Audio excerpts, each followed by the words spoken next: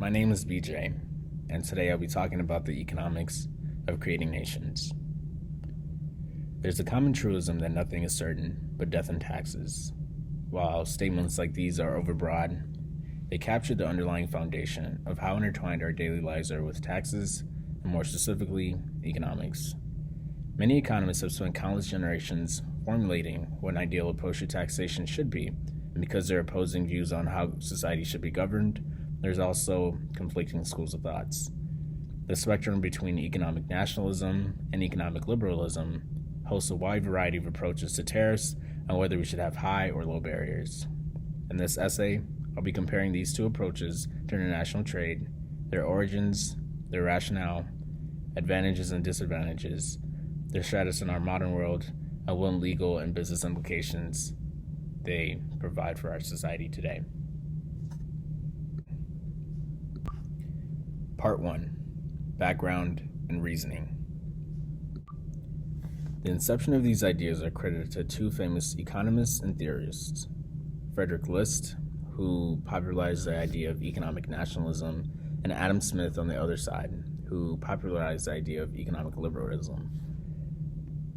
Now, to fully understand these terms and concepts, I think it's essential to define what these words mean today, to know how they influence our global trade. Economic nationalism, as defined by the University of Cambridge, is a situation in which a country tries to protect its economy by reducing the number of imports and investments from other countries. This idea was popularized by Frederick List. He was born in Germany in the 18th century and produced his ideas as a critique to Karl Marx and Adam Smith, arguing in his book, The National Systems of Political Economy. The unity of the nation forms the fundamental conditions of lasting national prosperities.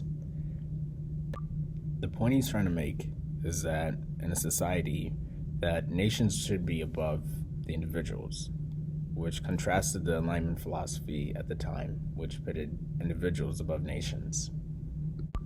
On the other hand, economic liberalism, as defined by Webster's Dictionary, Modern Dictionary, is the economic philosophy that supports and promotes market economies and laissez-faire policy approaches.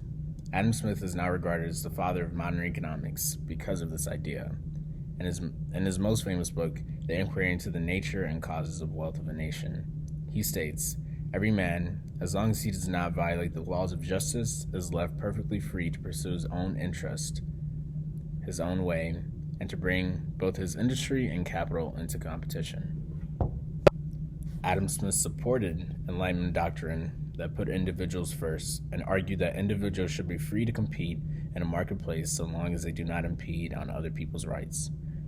The rationale behind this was his theory of the invisible hand, in which he said that the market would self-regulate by means of competition, supply and demand, and interest.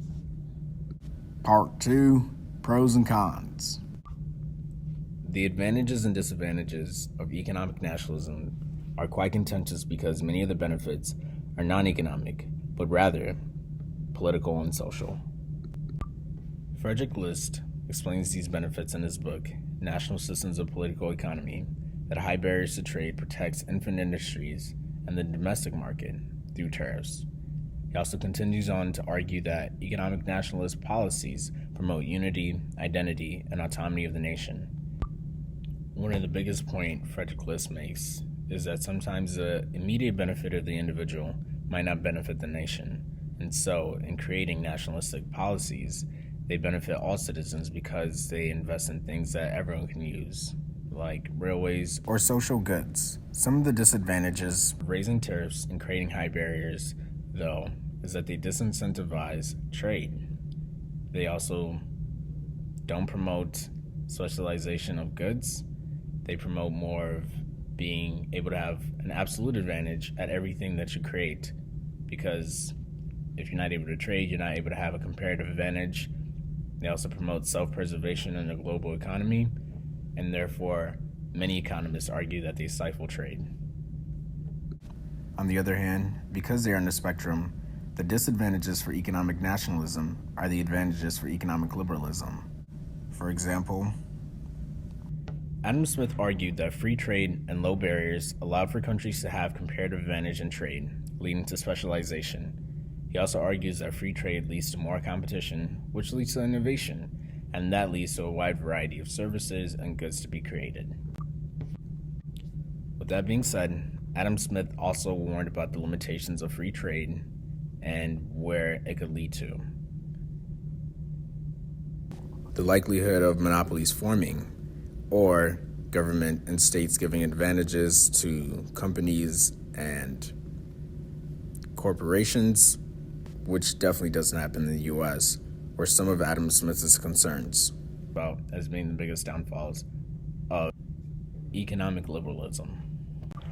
One of the biggest critiques of free trade and low barriers to trade are within its roots of creating vast amounts of inequality and exploitation, which those who are already vulnerable are more exposed.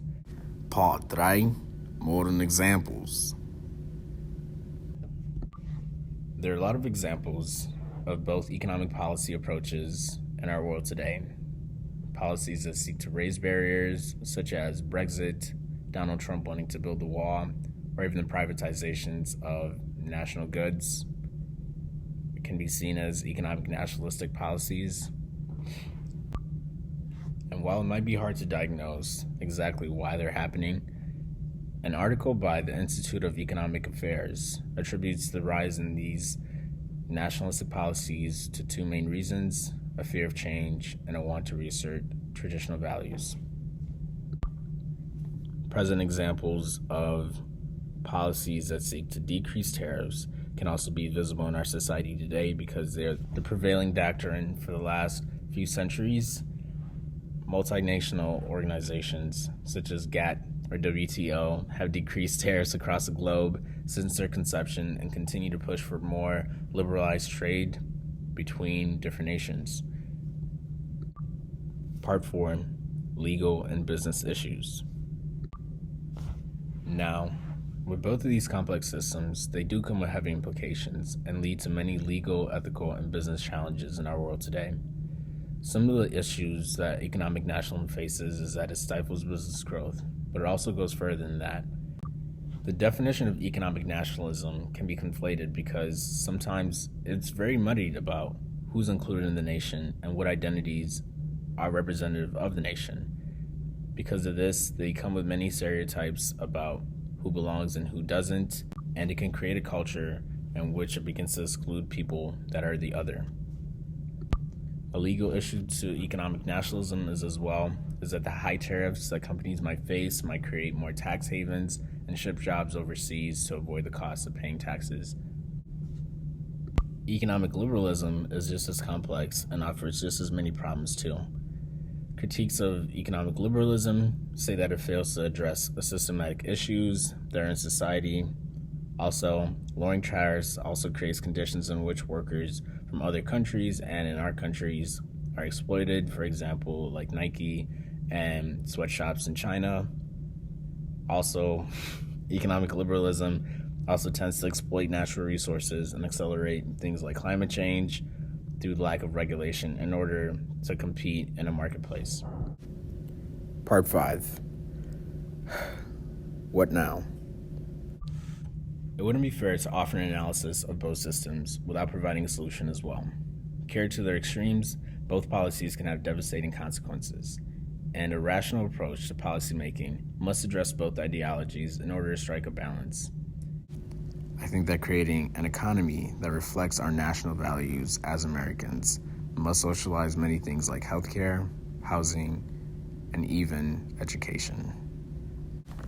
While that doesn't spell out a magic formula, we can start by holding companies and people accountable who benefit from our current economic policies to reinvest into our future. What makes our nation great is that we are comprised of unique individuals and amazing groups. But it's when we work together and come together is that we can really work for a better tomorrow.